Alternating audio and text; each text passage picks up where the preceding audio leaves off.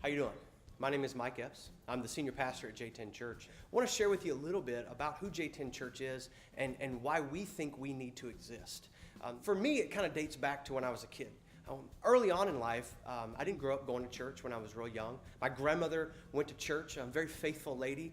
And then kind of later in life, after several life experiences and things that happened, my parents kind of started going to church, and I got involved in church. And as a kid, I had an awesome church experience. Loved going to church every week. It was a great family. And one of the things that defined church for me when I was young was family. Everybody showed up. We were there Sunday mornings. We were there Sunday nights. We were there Wednesday nights. And one of the best parts about church for me growing up was potlucks. We really called them casserole days because all the ladies would come together and they'd make their best casserole. And what was even better about it is everybody helped. Everybody brought food. Everybody helped put it together. Everybody helped clean it up. And so there was this real sense of family.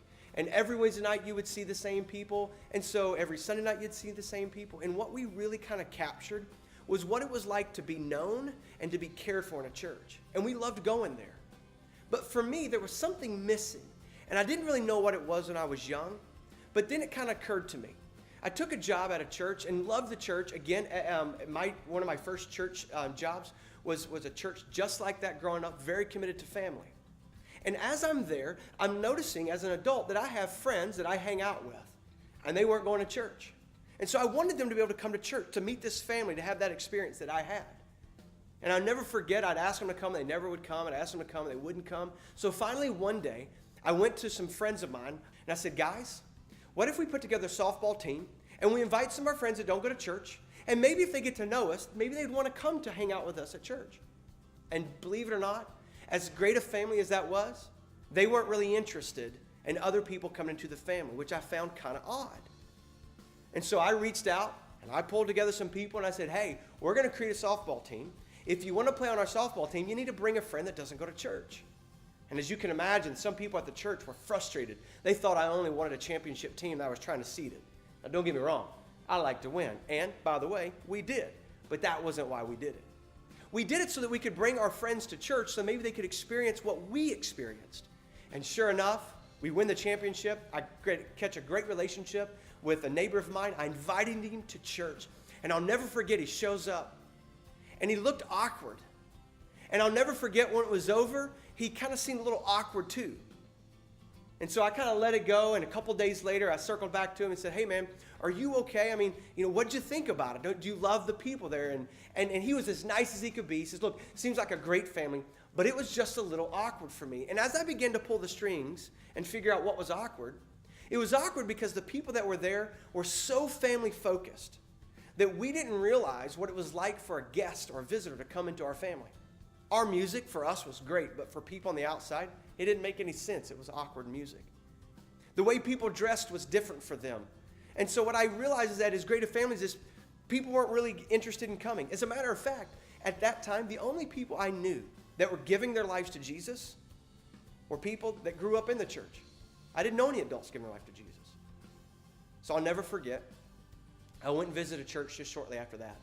And I walked into that church, and it was a great church in South Carolina. And as I sat in there, and the music is awesome. And it's kind of like some music, that you would listen to as you pulled up in your car, music that you liked. And the people were friendly. And the message was relevant. And it made sense when he spoke.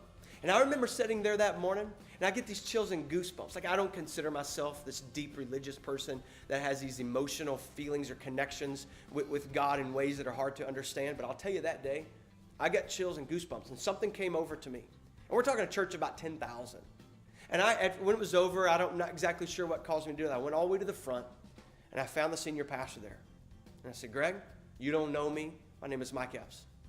I'm going to start a church just like this place so that my beer drinking softball buddies, whoever decide they want to go to church, will have a place that makes sense to them and that they will understand who Jesus is in that environment. So it wasn't too long after that, I decided that we were going to start that. I went and I resigned from my job. They said, well, where are you going to go? I said, I don't know. Well, you're going to start a church? Yeah, who are you going to start it with? I don't know. But I'm just telling you, that's what I'm going to do. So that's what we did. We ended up transitioning to a church. It was a great church. It was a church that really understood how to start churches. It was a great place for me to learn. And they hired me, and I loved this place.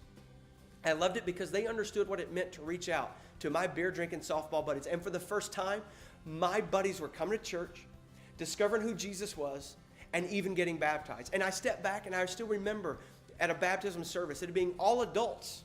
I'd never experienced adults discovering who Jesus was. And I love that place. But after some time, there was something missing at that place too. And we wasn't sure what it was at first because we were growing. We were bringing our friends. But what I realized is that there wasn't a family connection. That it wasn't a kind of place where you went because it was great on Sundays, but there wasn't a devotion to one another like I grew up with. So I began to dig deep, and I began to find people that go, look, your church, if you're going to start a church, it's either got to be family focused or outreach focused. And that didn't make sense to me. I didn't understand that. Because when I went and I read Acts 2, it says that they met together daily and that they devoted themselves to one another. And they even at one point sold all their possessions because they were in a time of great need, and they sold those possessions and gave it to one another. That's deep, internal, family. But the very end of that in Acts chapter 2, it says, and God added to their number daily. It says, and they were growing as a result of that. So I began to think, is it possible to start an internally focused church that is externally attractive? Because that's what happened in Acts. So we launched J10 Church. We launched J10 Church as a place where you could bring your family, and it could be a great family. You could get to know people, and we would encourage people to spend time together, that we would spend time together, that we would eat together. And maybe it's not every day, but we try to be consistent in being with one another and talking about one another and not sacrificing one another. But we also want it to be an environment that if you didn't go to church, that when you showed up, it would be welcoming, it would make sense. That the relationships in the church would be like those are genuine, and that the music was relevant, and that the message was something that you could take home. And so we launched J10 Church. We'd love for you to come and hang out at J10 Church because we believe that this is the place, not better or worse than other churches around. God has got a lot of great churches in this area. But if you're looking for a church where you can know people and you can be known, and you can be proud to bring your friends, even like me, your beer drinking softball buddies, then we'd love to have you come with us. So meet us Sundays at the Embassy Suites Conference Centers at 10:10 a.m. We'll see you Sunday.